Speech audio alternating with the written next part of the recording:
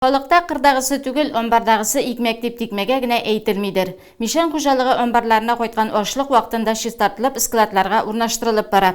Ике семене бер фураж складын алдан ук урып җыючырына әзерләп куйганнар. Гомумән, язгы чәчү һәм урып җыючырында авыл кешесе алны-ялны белмичә эшли. Атна башында КЗС агрегаты аша чистартып борчак семенәсе әзерләү бара иде. Ул 1200 центнер әзерләп саклауга куелган. Механизатор Фәнит Шәйхелисламов та бу көннәрдә омбарда семене әзерләүдә катнаша. Хуҗалыкның төрле шунда катнашам мин. Основном кыр эшләрендә инде менә семене тияптыру, ашлама, андыр табагында эшләү инде күпчелек. Фермада шушы чырышында инде күпчелек миңа әле амбарда эшләргә туры килде инде. Менә борчак кайта борчакны сортировать итәбез. Кирәк булса тиеп җибәрәбез инде элеваторларга. Төрлечә кайта инде. Башта дымлырак кайтты. Хәзер кипкән әйбәт кайта инде. Амбарга бер атлы борчак тиегән КАМАЗлар кайтып кына торды. Быел ашлыкларга килгәндә ашлыклар бик әйбәт уңган. Бүгенге көндә җаваплы шикләнгән савар җәмгыяте Мишән басуында борчак ташыйбыз. Уңыш әйбәт чыга дип әйтергә кирәк. Көнгә шул 6-7 рейс кайтыла. Хуҗалык амбарында 4 оператор 2 сменада агрегатларның төзек эшләвен тәэмин итәләр. Бу көннәрдә биредә эшләүчеләргә ярдәмгә укучы балалар Булат Галимуллин һәм Гүзәл Садыкова да килгән. Вакытында җыелып амбарларга кайтса, уңыш башка еллардагыдан күпкә артык булыр дигән ышаныч бар ди Мишән хуҗалыгының баш агрономы Азат Галимуллин.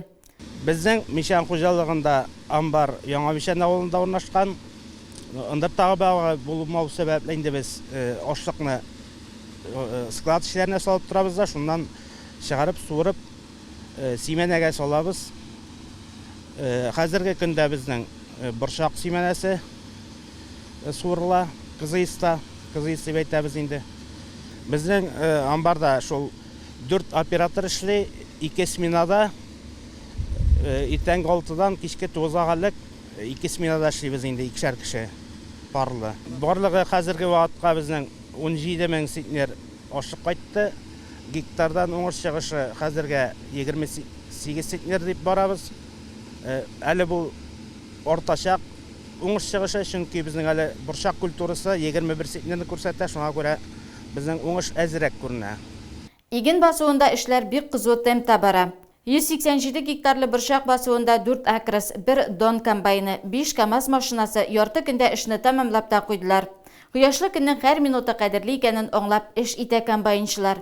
Саламны тураклап туфракка сибеп бару сәбәпле кылчык тузаны ире арасыннан килеп чыккан комбайн кабинасыннан җиңел хәрәкәтләр белән җиргә сикереп төшкән механизаторларның кәефе күтәренке иде. Комбайнчы Энес Бәйрәмов уңыш әйбәт чыкканда көнгә 1300-1400 центнер ашлык суктырып була ди. Уңыш әйбәт чыкканда 1300-1400 центнер суктырып була. 19 мең келе шул тирә була. 7 тонна килә кайсы бүген килә. Мишән хуҗалыгында бүгенге көндә 1 гектардан уртача 32 центнер уңыш чыга. Урып җыю эшләре 40% мәйданда башкарылган.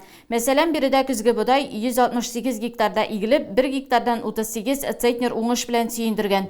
Борчак басуында берничә сәгатьтә эшне төгәлләгәч тә комбайнчы шоферлар тритикале басуына күчәргә җыенып калдылар. 116 гектарда үстергән тритикаледан да уңыш яхшы чыга. 1 гектарыннан 55 центнер уңыш җыела. Һәм ул нигездә фураж өчен үстерелә. Бу безнең 187 гектарлы борчак басуы таң сорты игелә инде. Бу супер элита. Уңыш чыгышы 22 центнер күрсәтә. Бу басудагысы. Бу басу хәзер безнең менә 1-2 сәгатьтән бетәчәк. Без Алла бирсә тритикалега күчеп, шуны прямо ялып, андымлалыгы 16-17 күрсәтә. Шул тритикалны семенәгә дип алырга ниятлебез инде. Ул тоже уңыш чыгышы аның Алла бирсә 40 центнердан да ким булмас дип торабыз. Тритикале район буенча бездә генә үстерелә инде ул. Быел Алла бирсә менә Тимершыкта чәчәм дип торадыр инде аны. Шуңа күрә семенәсен алып, шушы хуҗалыкларга таратасы була инде. Басу кырларда 2020 елны урып жию эшләре әле яртылаш-кына башкарылган. Әҗир кешеләре инде киләсе елны да планлаштыра башлады. Мәсәлән, без басып торган борчак басуында алдагы елда арыш үстереләчәк. Чөнки борчактан соң җир азотка байып калачак. Бу көннәрдә һава торышы урып җию өчен бер дә кулай түгел. Шуңа күрә тиз арада көннәрнең аязуын, игенчеләргә хезмәт уңышлары юлдаш булуын телибез.